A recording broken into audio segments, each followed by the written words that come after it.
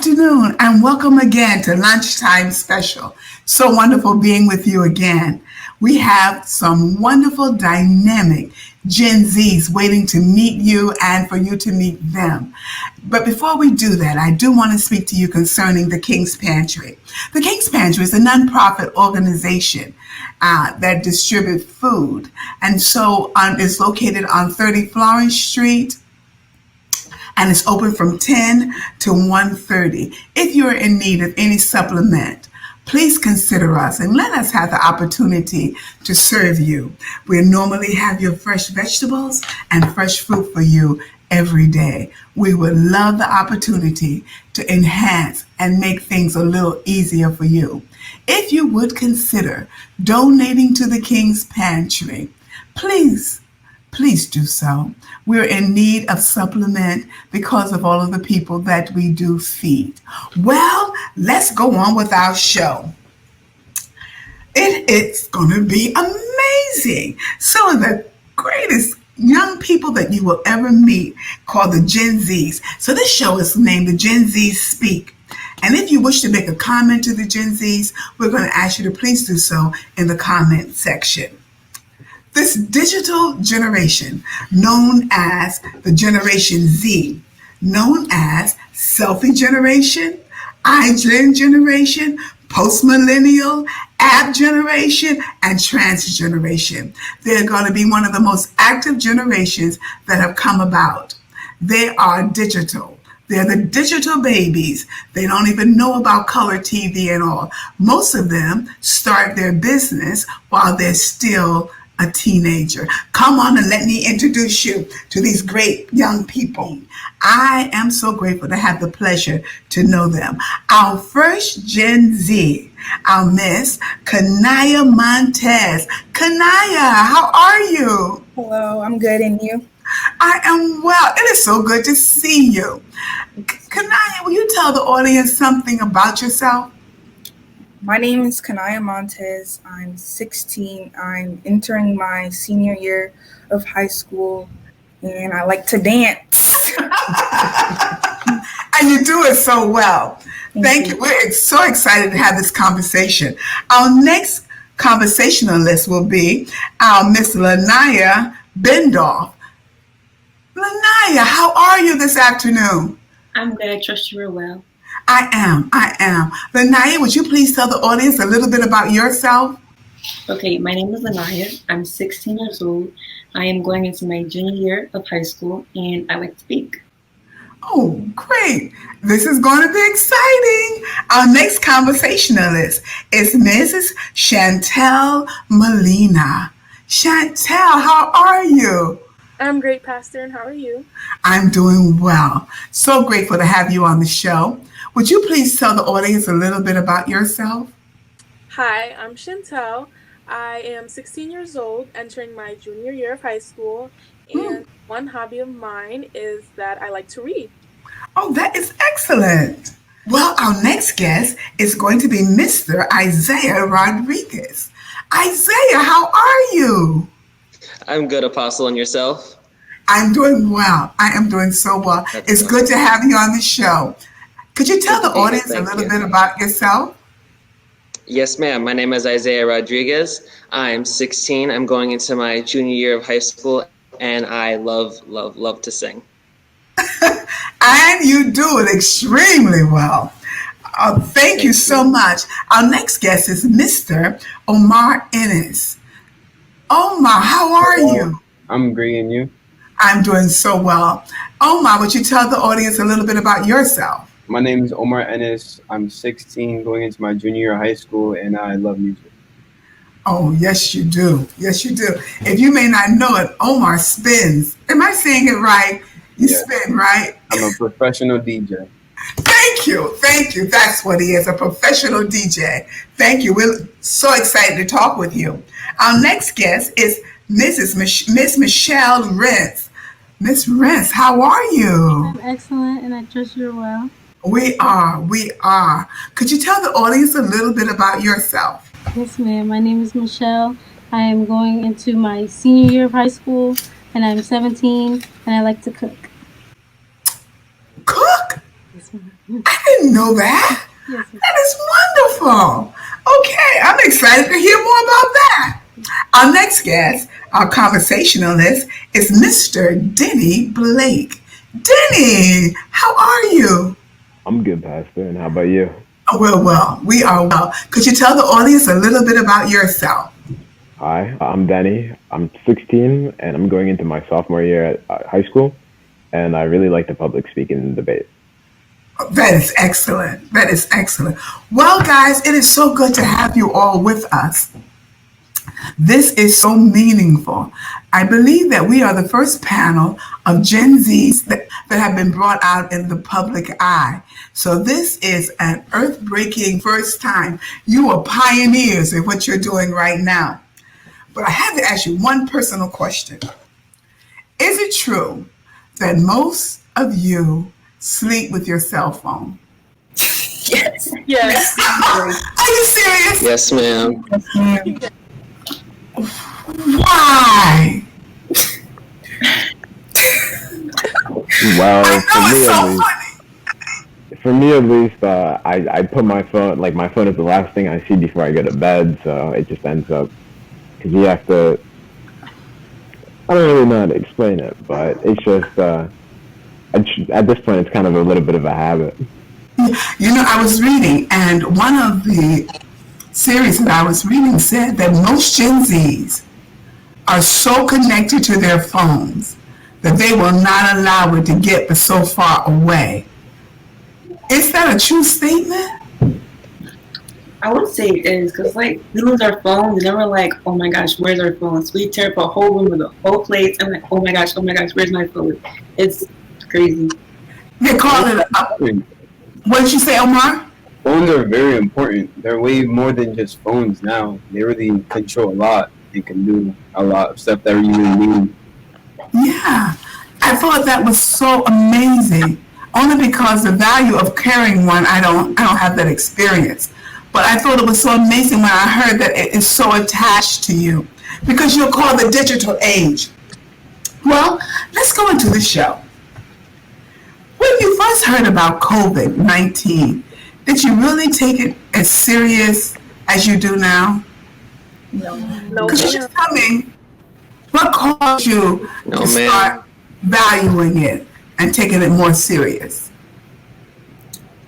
For me, when I learned that younger people were also easily affected and that older people were more, because I was under the impression that it was similar to the flu when it first began, Okay. but then along the lines of, I think it was maybe in April or May, there was news about how younger people were being more affected with severe cases as well, and that really alarmed me.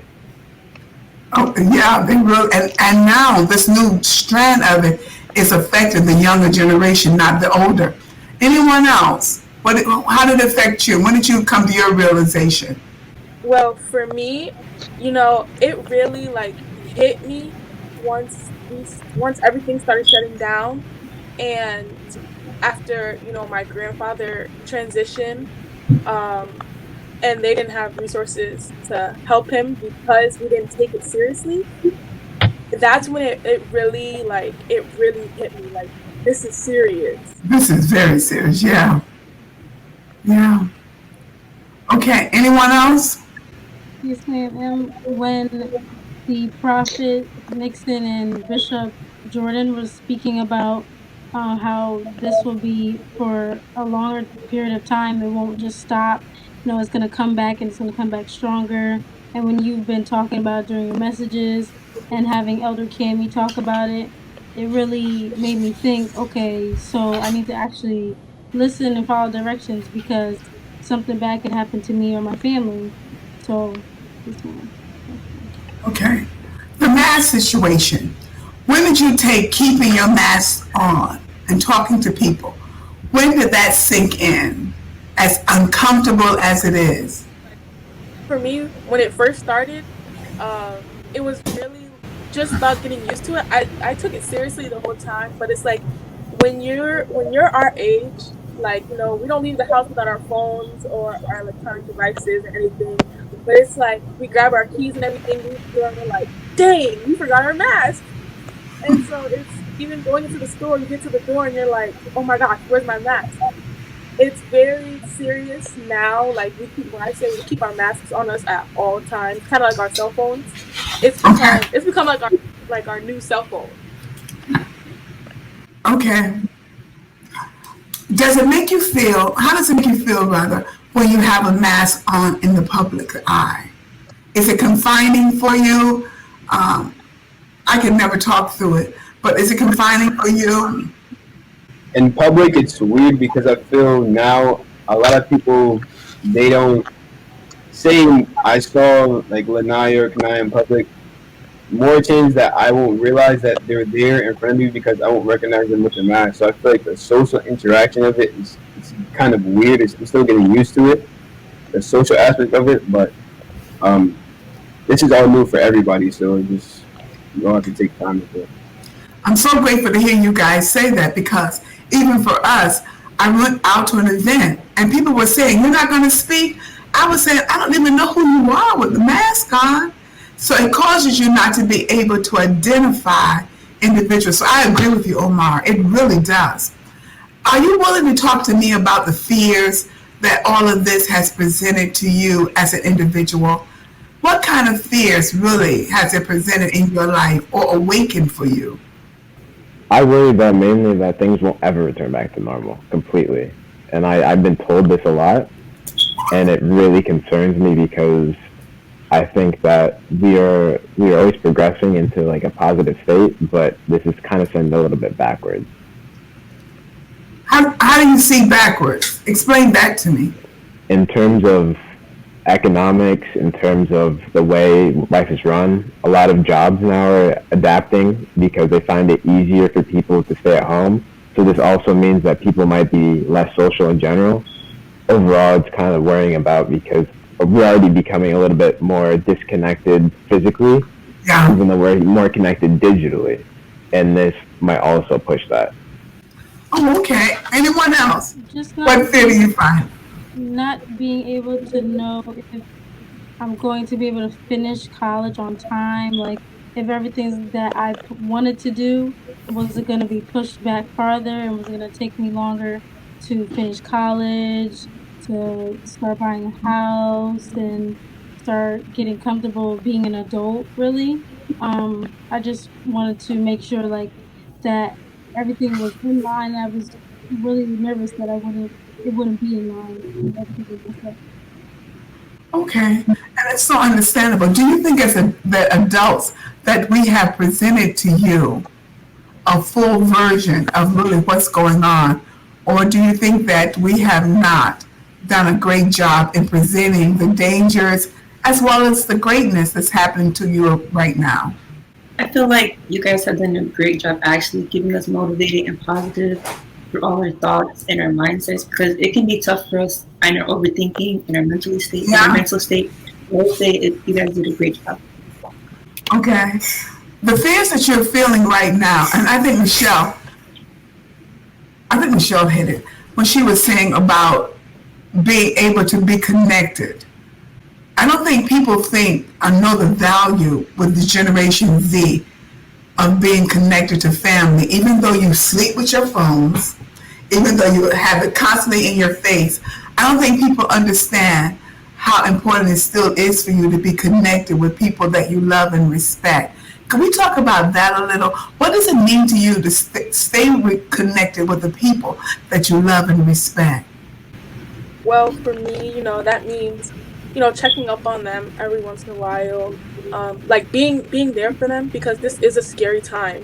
And a lot of people, a lot of my family members, a lot of my friends, they don't have very many people to talk to. So for me, it's all about with staying connected, like making sure that you speak to them, even if it's for a short time, making sure that you guys, stay connected because we can't be with each other physically, especially, making sure you call them on the phone or you FaceTime them just to see how they're doing in this time. Okay. Yeah. So in this time that all of this fear and all is around, Isaiah, how are you handling it? Personally, how I've been handling it is I would normally be the first person to reach out to people and be like, hey, I know that we're in unsettling times right now, just checking in on you. How are you doing, mentally, emotionally? Certain people that I have a stronger connection with, I'll say, how are you doing spiritually? How have you been handling all of this? How have you been passing by your time? Anyone else? How are you doing? Connected. With a lot of my friends from school, because I go to the boarding school.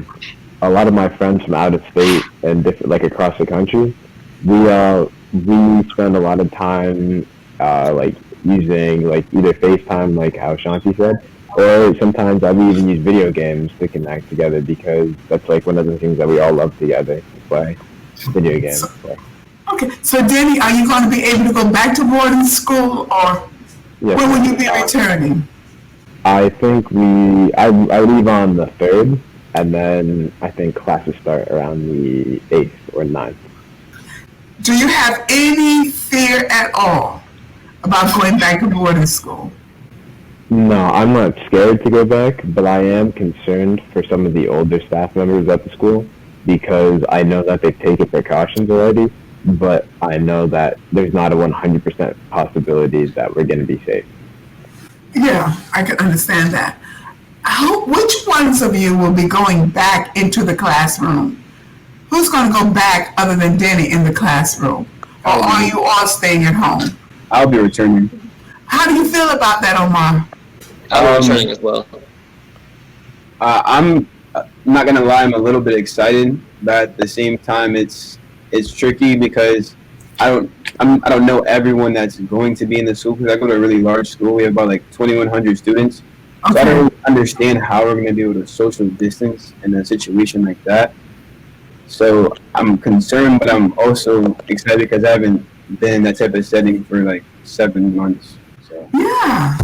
It must have been terrible for you all. You can't go anywhere. You can't go to the mall. You can't go to a restaurant. You can't go anywhere. How is that? How is that mess with your head? Did it mess with your head at all? For a fact, it did. What happened? It definitely did. Yeah, it messed with me a little bit. Because I'm like, what do you mean I can't go to the restaurant? And you go to the grocery store, you can't get in until they tell you. What do you mean I can't go in the grocery store? How did you all handle all of this? With your birthday? Some of you had birthdays. Which one had a birthday? I know, Lanaya, you had a birthday. Anyone else that I didn't know about? Okay, you all have birthdays. Did you do that drive around thing too? No? I did not. Lanaya did. No, ma'am. Was it as fun as having a party, Lanaya? No, it was. I wish I had a party. It was like most people were there, but it wasn't everybody I wanted. And like they were in their cars, so I couldn't talk to them or hug them. It was difficult. Yeah. I didn't know what to do. I said to someone, so when I drive around, what do I do? Do I just drive around and wave? Or do I just stop and talk? So it was amazing, absolutely amazing. What did you do for your birthday, Chantel? Well, for my birthday, they woke me up really early.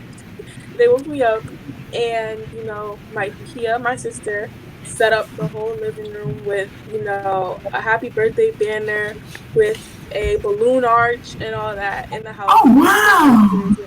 And everything, because it was just us.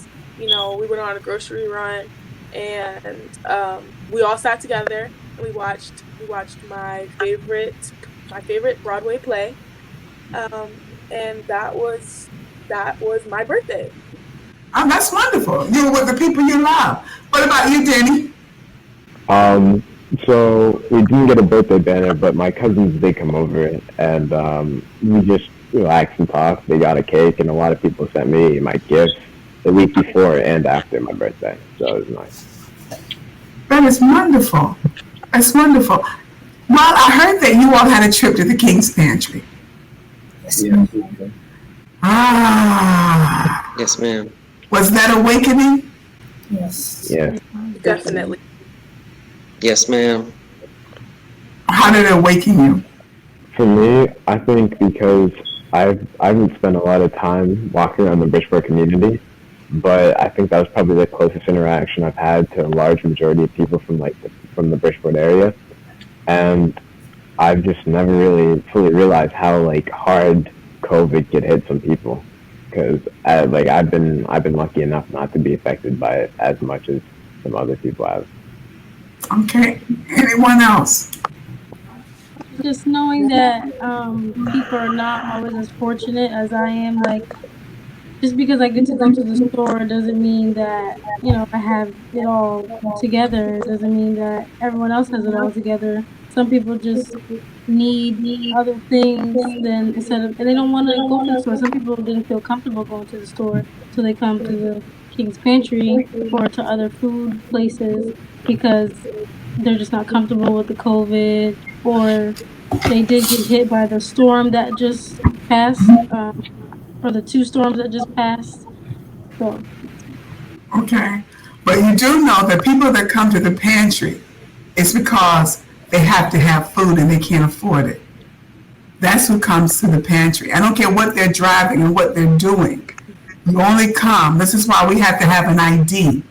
You only come because you cannot afford to go to a grocery store and you need to put your money somewhere else. Okay, everybody got that? You need to put your money somewhere else. And so you come to the pantry. And you remember that the pantry is 30 some years old. So we've been doing this for a very, very long, long time.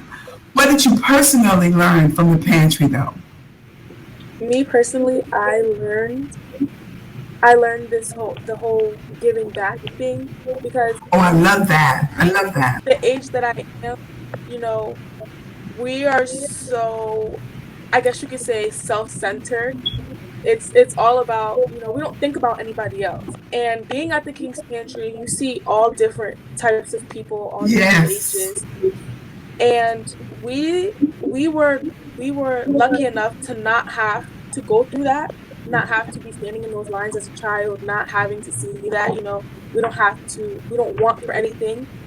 And so seeing those people be there and, you know, are lining up hours before it even opens, Oh, yes. it really, Oh, it yes. really humbled me and It's made me very want to humbling. give back more. Yeah, it's very humbling because you're absolutely right. And you're not even there on Sunday. On Sunday, when they go to John Street to pass out the sandwiches, to see the children and everyone that really come just to get a sandwich. The sandwiches that you guys fix, that's what they're coming for. And they're just grateful to get a sandwich, just a sandwich. And so it becomes very humbling. It's very, very humbling. Did it enhance your gratitude at all? Yes. For me, I think before going to the King's Pantry, gratitude was never really a constant thing on my mind. Like I would definitely think about how I'm happy to where I've become, but it wasn't a thought more about gratitude is more about progress. And I guess both are important, but now I see it with gratitude, so progress with gratitude. So I look forward to seeing where I'll go, but at the same time, I'm more thankful for how I got here in the first place. Yeah, I'm glad. I'm very, very happy. Does it cause you to want to help other people even more? That's what I want to hear. Yeah. No matter what you have in life, you've got to turn Yes, around and help ma'am. somebody. You have to. You just have to. So, what does it make you want to do with people more? I feel like that would make me volunteer more. Oh, I would be grateful. And Saturdays, I would definitely volunteer more. Grateful. What were you saying, Omar? I was gonna say that I also want to check in more on the people around me that I may not think is in a predicament that I'm not sure about. Just make sure that everyone around me is good. That's excellent. Because a lot of times people think because people have cars and all of that, well, it doesn't mean anything. And so you can never assume that people around you have what they need, Omar. So you're absolutely right. Just check them and say, do you have food? Do you have what you need? Or is all of your money going to pay bills? Because that happens a lot. People's money go to pay their bills. All right. What are you doing now that school is getting ready to open, and the ones that will not be going back in the classroom, do you feel that it was a better advantage for you not to go back in the classroom? Yes. Okay, let's talk about that. Why do you believe it was an advantage for you not to go back in? It was better advantage for me not to go back in because as soon as we switched to distance learning, I've been doing better with my grades. I think it's because I'm just home. I would like not around other people to distract me. Just me, myself, and the laptop. I agree. Okay, During the pandemic were the best it's ever been, ever. isn't that amazing? That is so wonderful to be able to say that. And so, who else's grades went up during the pandemic? My Everybody's. grades, my grades, Oh my goodness. Why? Do you think it's just because you were home and there was no challenges? Because going to school can be a tremendous challenge. For There was me, no, what did you say, Omar? I was more focused. I had less distractions around me, and it was less to worry about. It was more so I get my work done on like my own type of time, and get it done to the extent that I like felt I could actually do it instead of being rushed in class and being like the lessons weren't rushed. It was all just in front of me where I could sit down and really dissect it myself. Oh, okay. Okay. Anyone else? What did you think? Lanaya, you were shaking your head. You did better also? yes. How was it for you? I would say I did better in my final grades, like the test for the end of the year. They have went up to honors. Like last year, I think I've got like C's and B's, but this year I've had like make sure my finals with 3 A's and a B, so that's definitely improved. That's excellent. What about you, Isaiah? Yes, ma'am. Well, though I did pass to my junior year, I actually did find the distance learning was more difficult for me to complete school than being in the actual building itself. Because Okay. it didn't feel like I was learning anything. It just felt like I was completing an assignment and turning it in by a deadline. Okay. So you're going back in the classroom this time, right? Yes, ma'am. Oh, that's good. That's good. It's good that you know your learning capacity. All right. In this time, the education and all we've talked about, how have you done spiritually? For me, I would say I've definitely been praying more, thanking God throughout the day. I pray when I wake up and I pray before I go to sleep. And I also read 2 scriptures most of the nights before I go to sleep. So my spiritual love has definitely increased and been Oh, that's wonderful. That's wonderful. Anyone else? I would say I'm definitely praying more, appreciating him more. Okay. Chantel? I would say that my connection with God is definitely getting stronger.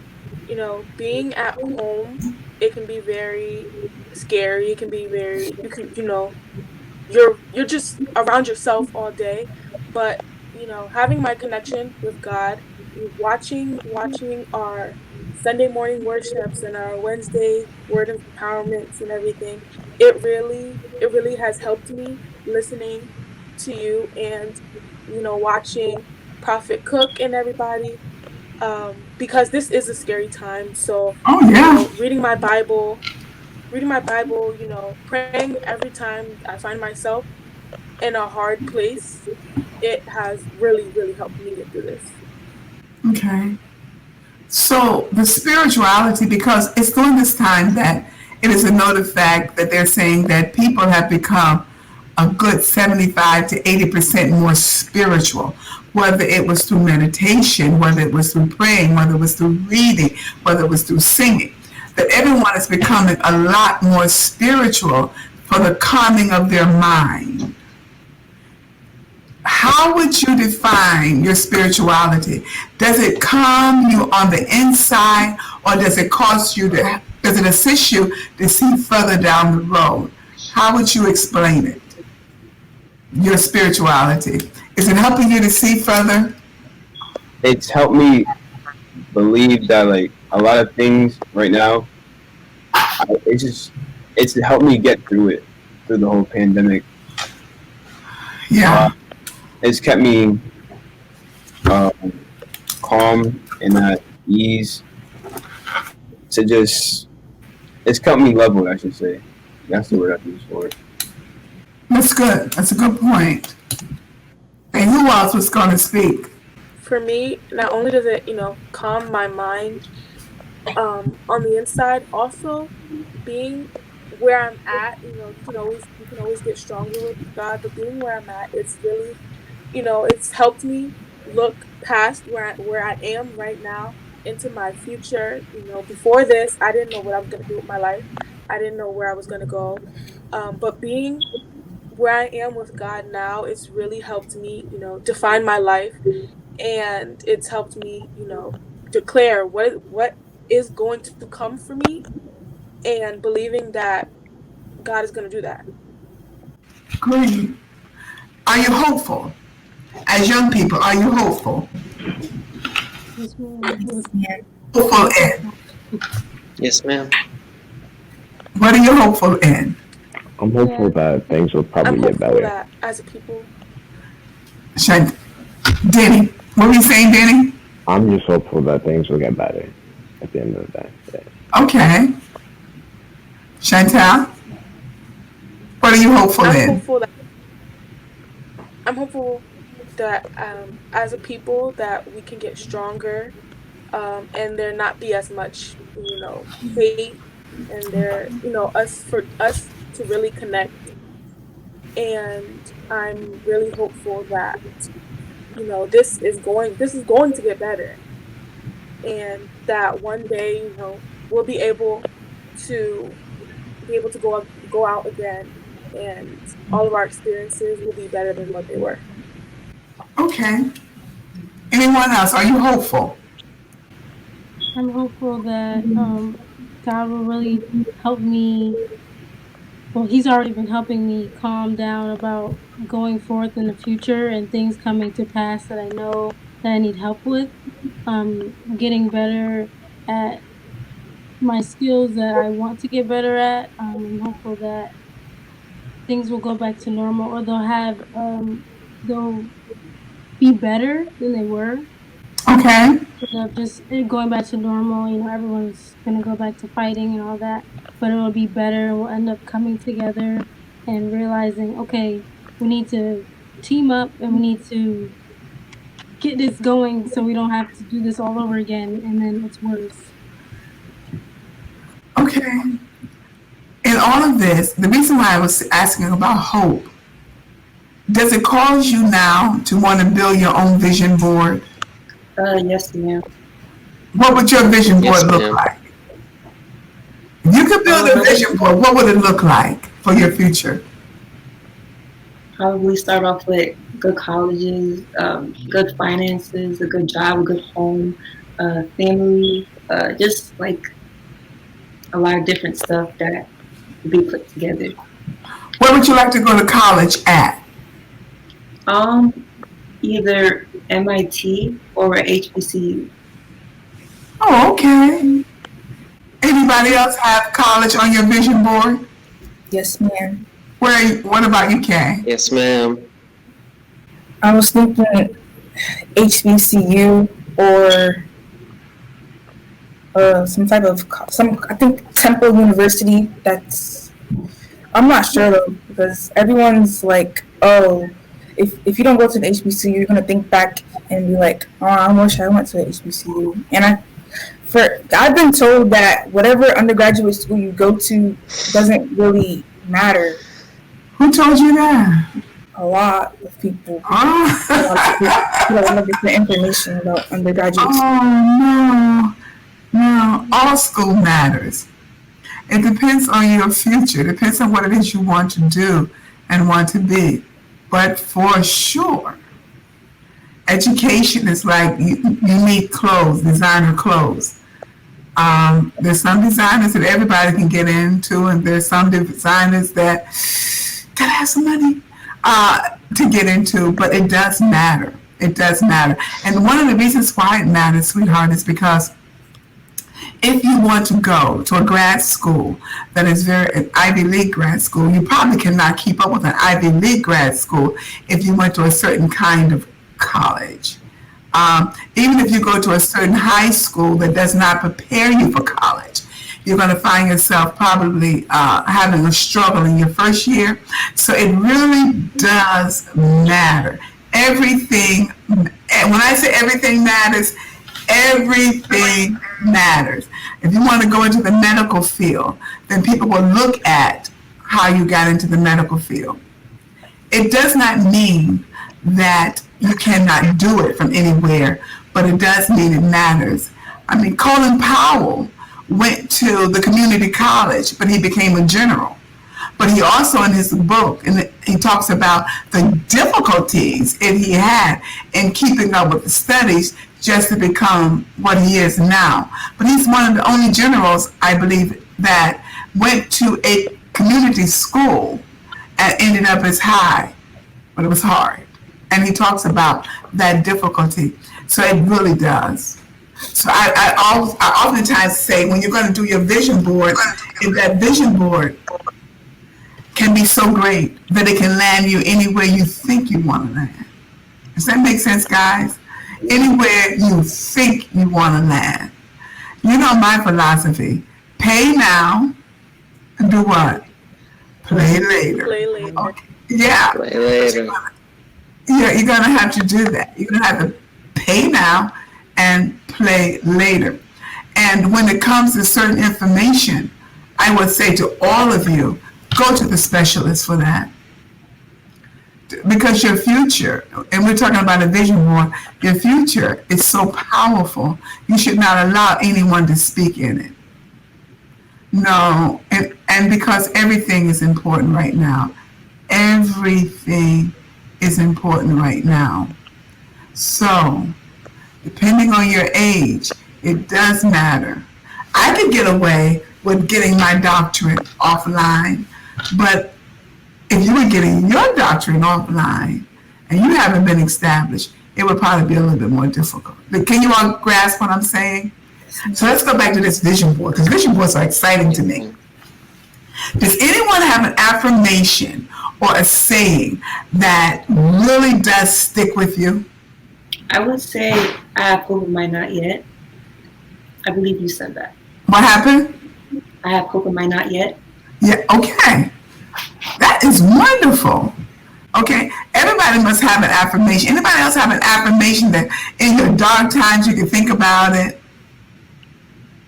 and really, like my personal affirmation, my mom taught me when I was very young, if a job is once begun, never leave it till it's done.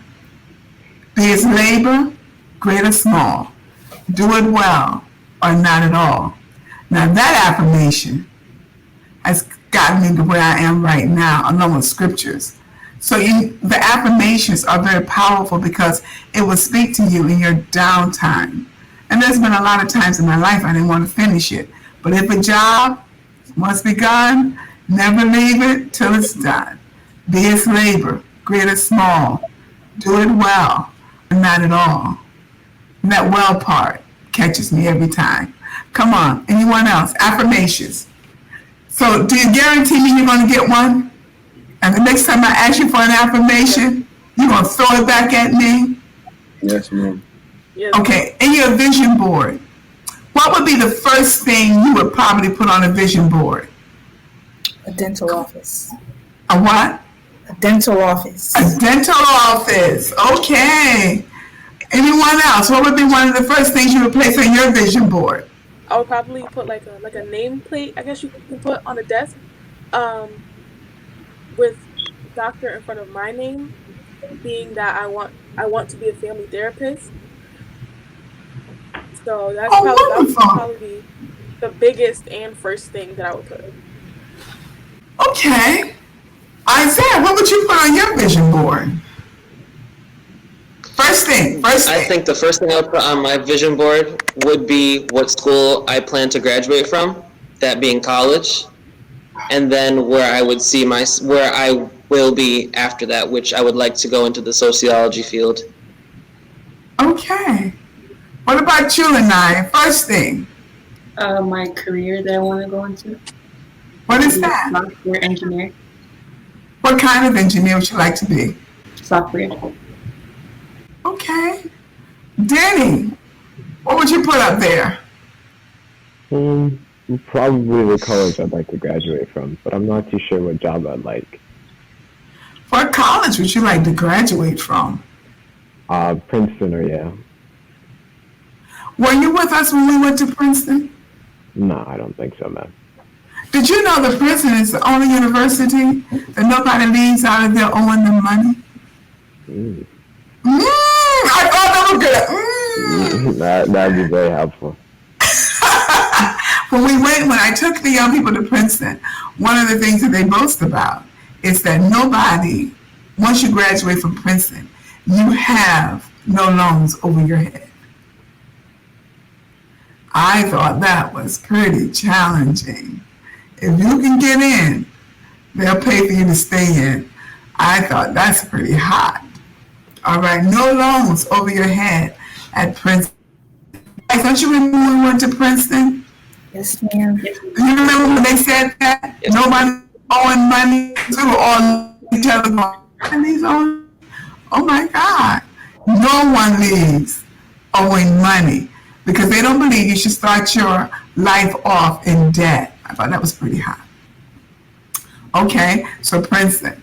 All right. What would be the first thing on your vision board, Omar? A home. What kind of home?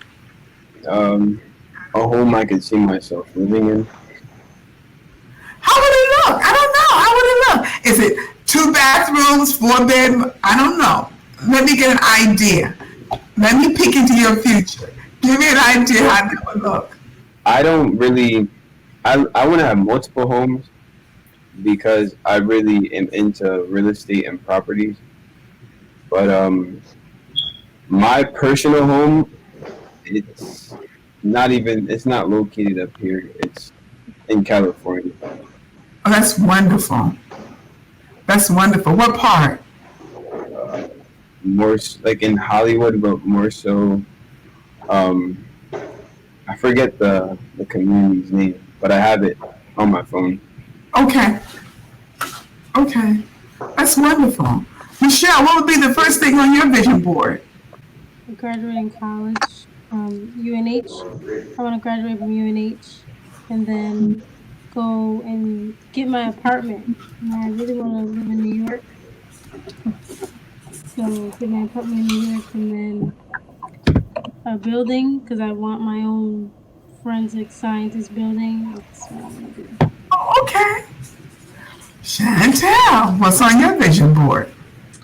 Aside from me wanting to be a family therapist, I also would like to put the colleges that I want to go to because I am in between, going to UConn to stay local so that I can still, come to church when it opens. But I really, really, really want to go to the University of Houston because, I don't know, it's been a dream for me to live in Texas. I'm not sure why, but I think it's wonderful. But don't ever sleep UConn. UConn is really coming up in the ranks. They really are coming up in the ranks when it comes to education. So, may not be the worst thing. Before we go off the air, tell me something about entrepreneurship. What does that mean to you? It is quoted that the Gen Zs will be the first generation that will be the youngest in owning their own corporations and businesses because of e-commerce. How do you feel about entrepreneurship? I feel that entrepreneurship is very important, and I believe in it very heavily. Why is that? Because I like being in control of my own money and being able to control my potential earnings rather than someone else. Okay, but you also are an entrepreneur, Omar. What are your businesses? Well, I am a DJ, like I stated earlier.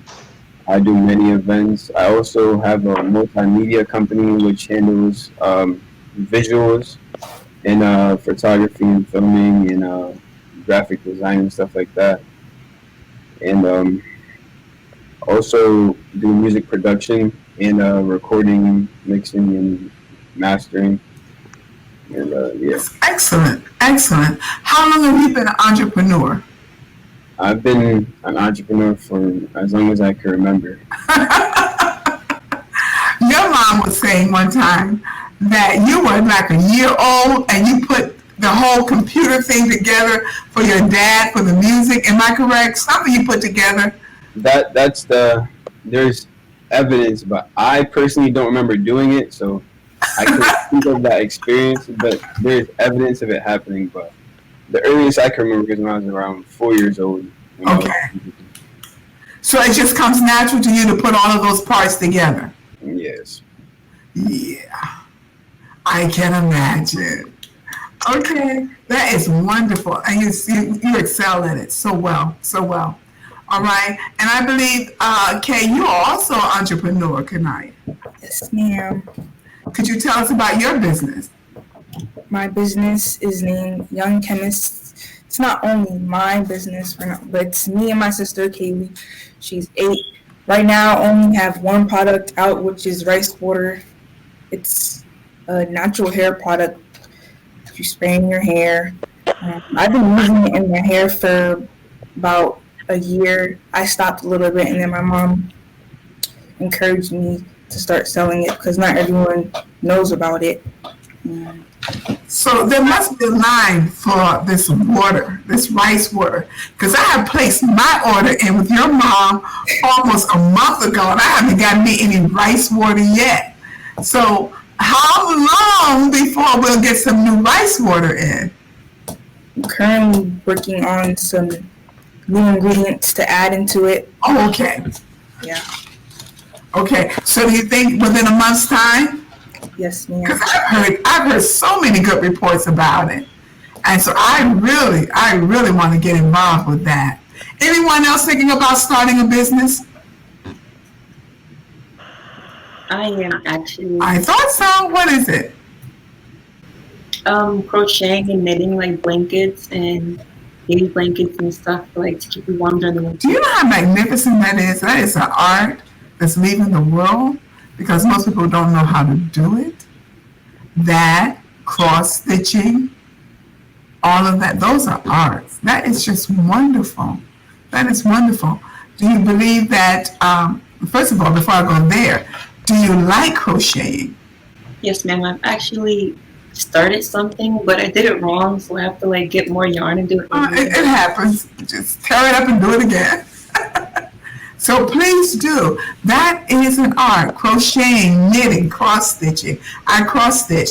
Total art that many people have let go, but people love it. They love it, and they pay for that because it's a dying art. It's a dying art.